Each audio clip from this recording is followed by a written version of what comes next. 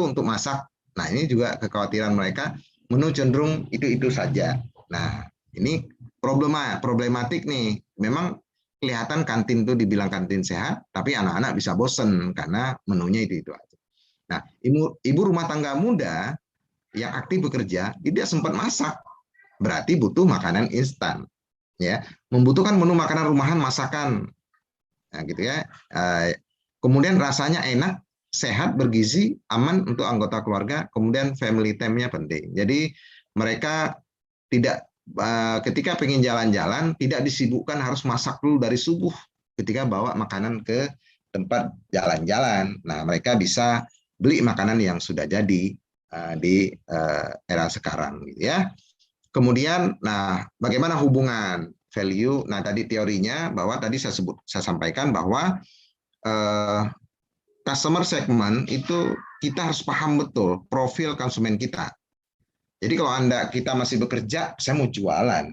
Kalau saya jualan berarti langkah pertama adalah untuk bisa kita masuk ke pasar, bisa jualan, nah kita harus memahami profil konsumen kita. Kalau kita jualan ke sekolah, berarti kita harus paham profil anak sekolah SMP, kantin SMP, kantin SMA, kantin SD, beda-beda itu. Kantong jajannya juga beda-beda, gitu kan? Gitu. Pengetahuan tentang kesehatan juga beda-beda, dan seterusnya.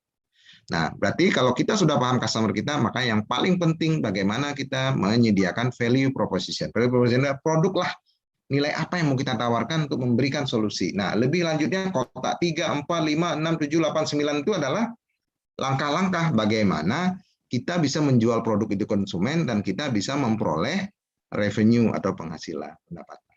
Nah, sekarang bagaimana kita mengisi kotak satu persatu. Nah, ini saya percepat Bapak Ibu sekalian.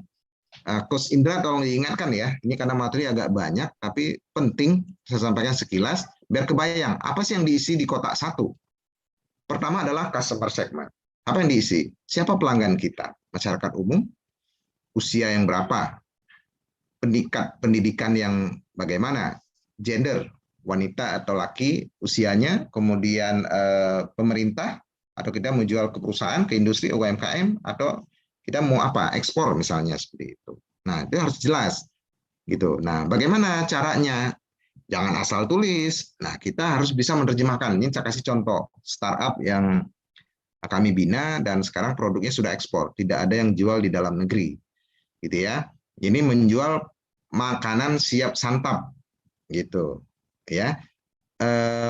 Bagaimana cara kita mendefinisikan atau menentukan segmen kita itu, tapi kita harus bisa menghitung berapa banyak sih calon konsumen kita, agar bisa menetapkan target konsumen kita, agar target konsumen kita itu benar-benar dapat kita capai dengan cara apa nanti, dengan promosi digital marketing, dengan kita menawarkan brosur dan lain-lainnya. Nah, segmen calon konsumen harus diterjemahin Bapak Ibu sekalian. Misalnya jemaah umroh, kalau ini jual produk untuk praktis dibawa di perjalanan ya, dan awet gitu. Saya mau jemaah haji atau jemaah umroh, PKI, pelajaran saya ini dulu ya teman-teman. Nah, ini contoh yang lama ini, nanti saya kasih juga contoh-contoh yang baru gitu ya. Nah, kira-kira ya, ini saya mau ngasih logika aja bahwa ternyata total potensial konsumen dari segmen tadi yang udah kita terjemahkan, ada jemaah umroh, ada jemaah haji, ada KI dan seterusnya, itu semua terhitung. Ternyata totalnya 1.817.368 orang. Ini adalah market size, ukuran pasar kita, ukuran target konsumen kita, potensi konsumen kita seperti itu. Nah, kan nggak mungkin kita bisa menjangkau itu semua karena kita belum kenal, belum pernah jualan sama mereka dan seterusnya. Nah, kita asumsikan saja, seandainya kita mampu mempromosikan ke mereka 10% saja, walaupun belum repeat order, minimal kita bisa mendapatkan 181.736 orang. Nah, ini disebut market share. Artinya 90% itu bisa jadi udah menjadi milik bisnis orang lain atau belum disentuh, atau belum mampu kita sentuh. Gitu. Kalau produk itu belum banyak di pasaran. Tapi kalau udah kompetisi, pasti kita dapat ceruk pasar. Ceruk pasar itu sisa-sisanya lah gitu. Nah, jadi kira-kira seperti itu. Nah, kalau begitu kita biar optimis, nah, kita harus menghitung tuh berapa sih kira-kira omset saya setahun, bisa di breakdown per bulan gitu ya. Tapi kita tergantung sistem pembayaran atau sistem penjualan nantinya, tapi anggaplah setahun. Oh, ternyata kalau saya kalikan 181.726 orang, kalau berhasil saya closing, saya jadikan konsumen kita, kalau kita kali satuan produk kita kali 33.000 untuk satu porsi instan gitu ya, bisa praktis dibawa kemana-mana, maka omset kita per tahun adalah 6 miliar. Nah, ini disebut market value atau nilai dari pasar kita. Nah, jadi bukan hanya sekedar Bapak Ibu, bukan hanya sekedar bukan hanya sekedar kita menulis customer segment tadi, tapi kita sudah bisa menghitung target konsumen kita. Nah, bagaimana caranya? Nah, SKI sudah 8 kali dan udah lengkap nih kurikulumnya. Sebentar lagi kita akan launching IKUS-nya ya. Jadi Bapak Ibu bisa mendapatkan petunjuk bagaimana memulai digital marketing step by step. Nanti bagaimana cara mempromosi untuk menjangkau target potensial customer kita, gitu ya.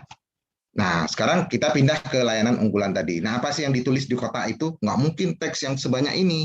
Kan tadi kotaknya kecil. Nah, tuliskan di situ, apa sih keunggulan kita? Apakah dari kemasan?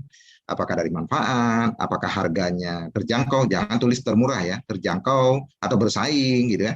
Layanan kita cepat, bisa online dan offline, teknologi kita sudah bagus, jejaring pemasaran kita luas, misalnya seperti itu. Nah, itu kelebihan kita harus kita tuliskan di situ. Kemudian salurannya. Nah, bagaimana kita bisa menyampaikan produk itu sampai ke konsumen? Nah, ketika Bapak Ibu nanti mikirin, oh kalau gitu produk saya cocok nih dijual online. Kenapa? Karena bisa dikirim. Yang kedua awet. Tapi kalau produk kita nggak awet, kemudian susah dikirim gampang itu, nah itu jangan dipaksakan jualan online. Kecuali yang drive-thru atau bisa menggunakan jasa kurir ya. Jasa kurir antar, contoh yang paling praktis, GoFood, GrabFood, ShopeeFood, atau paling jauh kalau kita lakukan perjalanan kami di Kota Bogor itu adalah ada namanya Paksel, gitu ya. Nah, kalau offline Bapak Ibu mungkin sudah ngerti lah, paham bagaimana produk itu dari rumah produksi sampai ke tangan konsumen, ya terserah kita, mau kita taruh di kantor, mau kita taruh di toko, mau kita anterin sendiri, mau dikirim pakai delivery order dan seterusnya, gitu ya. Nah, kemudian hubungan pelanggan. Nah, kita nggak cukup nih, sudah berhasil kita tentuin, kita sudah promosiin, dia udah beli produk kita. Nah, jangan dibiarin hanya beli sekali, terus kita bangga gitu. Jangan. Tapi kita harus menjalin hubungan baik dengan customer kita agar mereka mau beli kembali. Nah, bisa kita misalnya apa nih? WA tanya bagaimana produk yang kemarin rasanya, ada testimoni, ada ini nggak Bu, ada koreksi nggak, bagaimana produknya udah diterima atau belum. Ini ada promo produk baru loh Bu, bagi pelanggan yang lama maka akan dapat diskon sekian dan seterusnya dan seterusnya. Nah, itu misalnya di momen Lebaran kita menyapa selamat ulang tahun, apalagi kita bisa sampai tahu selamat ulang tahun ya, hari ulang tahunnya kita bisa ucap ulang tahun dan seterusnya lah. Ini cara-cara kita melakukan. Ini saya agak percepat, nanti karena kita konsen di contoh bisnis model yang kita ceritakan dan nanti bagaimana kita mempresentasikan sekilas kepada investor atau mitra kita. Nah, pendapatan. Nah, ini pendapatan Pak Bu, seperti saya sampaikan tadi, kita menjual satu produk jangan kebayang, oh saya hanya dapat penghasilan dari produk itu saja gitu. Iya, itu yang pertama, penjualan produk, barang atau jasa. Yang kedua, kita akan mendapatkan pendapatan usaha secara rutin mungkin dari ya selain dari produk juga ada dari jasa. Gitu kan? Nah, kadang-kadang kita kan juga memproduksi sesuatu itu kan mengandung ilmu dan cara. Nah, ternyata ilmu dan cara itu bisa kita mau berbagi. Nah, untuk apa kita berbagi ilmu itu? Agar orang yang kita ajarin itu mengerti cara menjual produk kita. Nah, kita bisa melatih orang misalnya. Nah, SKI ini, Yayasan SKI ini membantu misalnya Bro Kus Ananta, Kus Indra, itu belajar mengajari digital marketing kepada anak-anak SMA, anak SMK secara gratis 100 orang per tahun agar anak-anak SMK itu bisa jualan online sehingga punya penghasilan sambil dia sekolah. Nah, akhirnya apa? Dengan kita punya produk tapi kita ngerti ilmu digital marketing, kita juga bisa buka pelatihan bagaimana menjual produk kita secara digital marketing. Nah, itu bisa jual juga pelatihannya. Kalau untuk yang berbayar, tapi kalau untuk mitra reseller kita ya pasti kita biasanya kasih gratis. Atau kita bisa dapat juga dari kemitraan. Misalnya kemitraannya adalah kita bisa punya reseller, bisa punya dropshipper dan lainnya, ya. Oke, saya percepat sedikit. Kemudian yang keenam adalah key resource, sumber daya kunci kita. Nah, tadi saya sebutkan. Ingat Bapak Ibu sekalian, sumber daya yang termahal dalam bisnis kita itu adalah SDM. Siapa itu SDM, Pak? Adalah kita sendiri. Nah, bisnis kita bisa gagal yang satu macam karena kehantam pandemi. Misalnya kayak saya gagal bisnis industri kreatif, jasa digital marketing, social media handling. Saya gagal di jualan kopi saset karena sudah banyak sekali pabrikan menjual kopi saset, tapi saya masih berusaha existing bisa mempertahankan coffee shop saya saat ini. Dan kita mencoba merintis kembali sekarang, salah satunya adalah kita coba berbagi dengan kelas online, belajar bisnis dari nol bersama SKI ini. Walaupun ini misinya sosial, gitu ya, misinya sosial melalui yayasan. Oke, SDM, kita boleh hancur bisnis kita satu, tapi kalau kita punya pengalaman, kita punya mental yang kuat, kita bisa merintis bisnis model yang lain. Kita punya sarana prasarana, kalau beli sesuatu itu harus lihat fungsinya, jangan konsumtif. Agar apa? Agar bisa kita gunakan untuk kepentingan produksi atau mendaya gunakan untuk usaha kita. Kemudian kita punya legalitas dan sertifikasi. Misalnya produk kita nanti udah ada izin edar, itu aset buat kita. Sumber daya yang kita miliki gitu. Misalnya kita udah bikin CV, berarti izin operasionalnya aktif, sudah ada akte notaris, sudah ada lengkap. Jadi kalau kita ngurusin kerjasama juga gampang gitu kan. Kita ada paten merek, misalnya nanti logo kita atau brand kita sudah bagus, disukai banyak orang. Jangan lupa itu mereknya itu didaftarkan ke Ditjen Haki ya, hak intelektual, agar nanti nggak ditiru seperti kasus ayam geprek Bensu. Kemudian keuangan, ini aset, ini pastilah. Nah Pak, gimana mau mulai usaha kalau keuangannya dikit? Saya nggak punya, gaji saya cuma bisa saving 500.000 sebulan. Bisa, kalau kita serius, jualan dulu dengan mengandalkan pikiran kita, cara berpikir kita. Bisa kita jualan dengan satu unit smartphone, kita belajar digital marketing, kita bisa jualan jadi dropshipper, jadi reseller, atau buka toko di marketplace gitu. Nah, oke, kalau ternyata laku, nah kita pasti ingin produksi barang sendiri dong, atau ingin stok barang yang banyak dong. Nah, bisa dong saving dari saving kerja kita. Saya bekerja lebih dari 10 tahun, Bapak Ibu sekalian. Saving investasi saya adalah rumah 3 unit, dan saya punya 1 unit mobil gitu. Jadi di saat ini saya belum punya bisnis yang sukses, tapi saya punya aset yang tidak kalah lah dengan aset bisnis orang-orang yang sudah sukses berbarengan dengan saya. Tapi saya tidak merasa puas karena semua saya peroleh itu dengan saya saving dari gaji saya gitu, dari penghasilan saya, bukan dari jeripayah keringat saya. Tapi kalau saya merintis bisnis, 3 bisnis yang saya rintis, tinggal 1 yang tersisa, kebayang 100 juta itu udah melayang kemana gitu kan. Gitu. Jadi itu Bapak Ibu sekalian. Jadi nggak usah khawatir. Oh nggak ada ya minjem sama saudara, minjem sama teman dan seterusnya yang memang dipercaya gitu ya.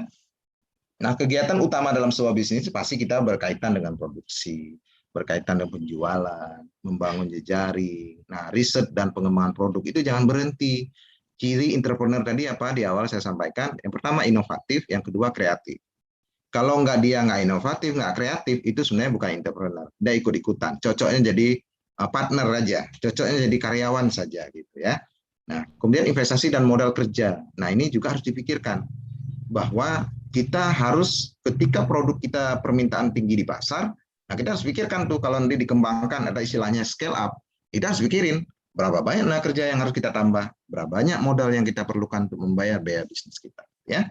Nah, kemudian yang terakhir adalah mitra. Nah, ingat Bapak Ibu sekalian, bisnis itu sudah nggak waktunya kita itu bersaing, sudah waktunya kita untuk bermitra. Nah, saya kembali lagi, SKI mendengungkan adalah bagaimana menciptakan dalam 1 tahun bisa menciptakan 1 juta lapangan kerja, 1 juta entrepreneur. Caranya gimana? Mengajarkan digital marketing dari step by step. Kalau begitu bagaimana? Nah, kita harus pahami bahwa proses bisnis yang kita lakukan tadi, memproduksi, menjual, menjaga, membangun jejaring, bermitra, dan seterusnya. Nah, kita harus pikirin bagaimana aktivitas bisa berjalan kalau kita nggak ada mitra gitu. Bayang kita mau jual produk ke online, ke Shopee, kita belum bisa produksi. Nah, pasti kita ngambil produk dong, ngambil produk dari UMKM yang tanpa label, kita bikin label, terus kita jualan. Kita nggak ngurusin produksi, tapi kita ngurusin packing saja sampai jualan, atau repacking istilahnya. Gitu kan?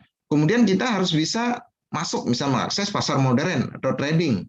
Nah, kita nggak punya jejaring.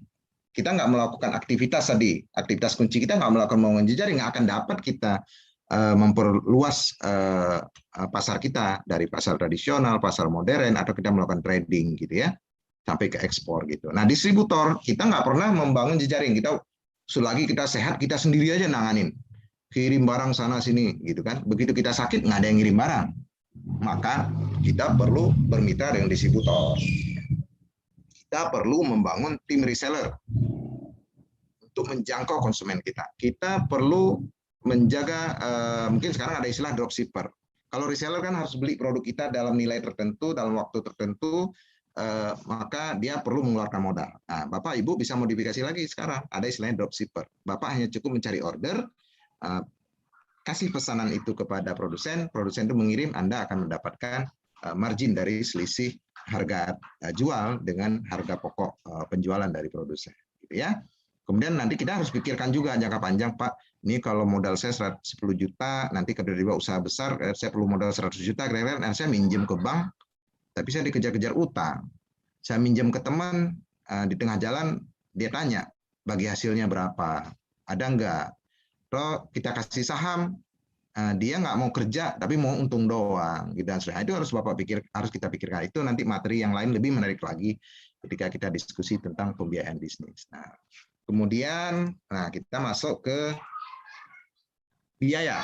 Nah, biaya apa sih yang paling penting ketika kita membiayakan bisnis? Pasti kalau Bapak Ibu memproduksi satu barang, pasti biaya beli bahan baku atau bahan pendukung. Nah, bagaimana Pak kalau saya jualan? Biaya pembelian produk yang siap dijual. Nah, kemudian kita pasti mengeluarkan biaya distribusi dan promosi. Nah, ingat, biaya promosi sekarang itu bukan bakar-bakar duit seperti Gojek, seperti Shopee Food, seperti apa yang lain-lainnya. Itu nggak begitu persepsinya. Persepsinya adalah promosi yang kita keluarkan itu, baik itu biaya iklan maupun investasi kita lakukan melalui membangun branding, kemudian kita mempromosi offline maupun online, itu adalah harus kita hitung sebagai biaya investasi kita. Sama halnya seperti kita membeli barang alat yang umurnya jangka panjang. Jadi harus kita hitung, biaya promosi itu sekarang masukkan ke biaya investasi. Gitu. Kemudian peralatan-peralatan. Ingat, kalau Bapak memproduksi pasti perlu peralatan-peralatan. Ya. Kemudian proses produksi, kita harus menghitung gaji karyawan, biaya listrik, biaya telepon, dan lain-lainnya, gitu, internet, dan seterusnya. Gitu. Kita riset, nah biaya riset dan pengembangan ini akan menyita banget biaya yang besar apabila kita mengembangkan produk yang teknologinya cepat berubah. Nah, jadi teman-teman, kalau saran saya, keyakinan saya, diajarin secara Islam, bahwa kalau Rasulullah itu mengajarkan 10 pintu rezeki itu 9-nya diperoleh dengan cara berdagang atau berniaga atau berusaha. Caranya gimana? Kalau bisa kita beli barang dengan berkredit, tapi kita jual cash, gitu kan? Jadi tidak memproduksi dulu, jualan dulu. Kalau udah pinter jualan, baru kita memproduksi. Jadi kita nggak pusing mikirin riset produk gitu.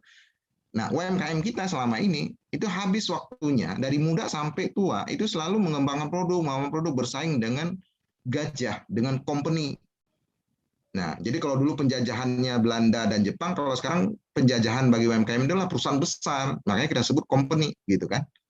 Nah, jadi UMKM kita berusaha untuk adu teknologi, ikut-ikutan riset pengembangan produk itu habis waktu, akhirnya nggak sempat jualan. Akhirnya ujung-ujungnya boro-boro mengkaderisasi bisnis ke anak-anaknya, akhirnya di ujung usia tuanya jadilah mama and papa corporate, ya. Jadi CEO, Chief Everything Officer, semua dikerjakan sendiri. Gitu. Ketika sakit maka tidak ada yang jualan. Ketika pandemi nggak ngerti jualan online maka usahanya tutup. Oke, nah seperti apa sih model bisnis kanvas? Nah, ini saya ambil dari mentor-mentor saya sebelumnya nih. Jadi kalau bikin bisnis model kanvas jangan kaku diketik. Bisa juga pakai post-it. Nah, kenapa pakai post-it? Kalau latihan pakai post-it nih, gitu. Kalau praktek nih, kita online, gitu, offline ya, kita pakai post-it. Nulis dulu, oh salah, pindahin, ganti lagi yang baru, tempelin. Oh suatu saat berubah lagi, 6 bulan kemudian ternyata kurang cocok nih, atau ada tambahan, nah kita tambahin lagi. Ini bisa nih, kalau ini seandainya satu lembar, berapa ya, ukuran papan tulis ya, karton lah, karton yang dijual untuk prakarya anak-anak ya di warung, kita tempel bikin kotak seperti ini, ya kita bisa mainkan dengan post-it tanpa harus mengganti kartonnya, kanvasnya gitu. Nah ini menarik Bapak Ibu sekalian, kasih warna-warni, misalnya customer segment warna apa, kalau customer segmentnya beda-beda, misalnya oh yang ini jualan online, ini jualan offline, itu kasih berbeda, itu menarik. Lama-lama menjadi gairah buat kita lihat. Nah tempel di ruang kerja kita atau di ruang tempat kita usaha agar tiap hari kita lihat BMC kita ini.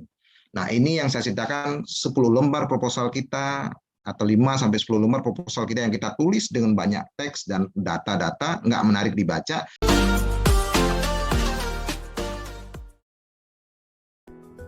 Terima kasih teman-teman yang sudah menonton video ini. Jangan lupa klik tombol subscribe. Dan jika kalian suka video ini, angkat jempol kalian. And see you!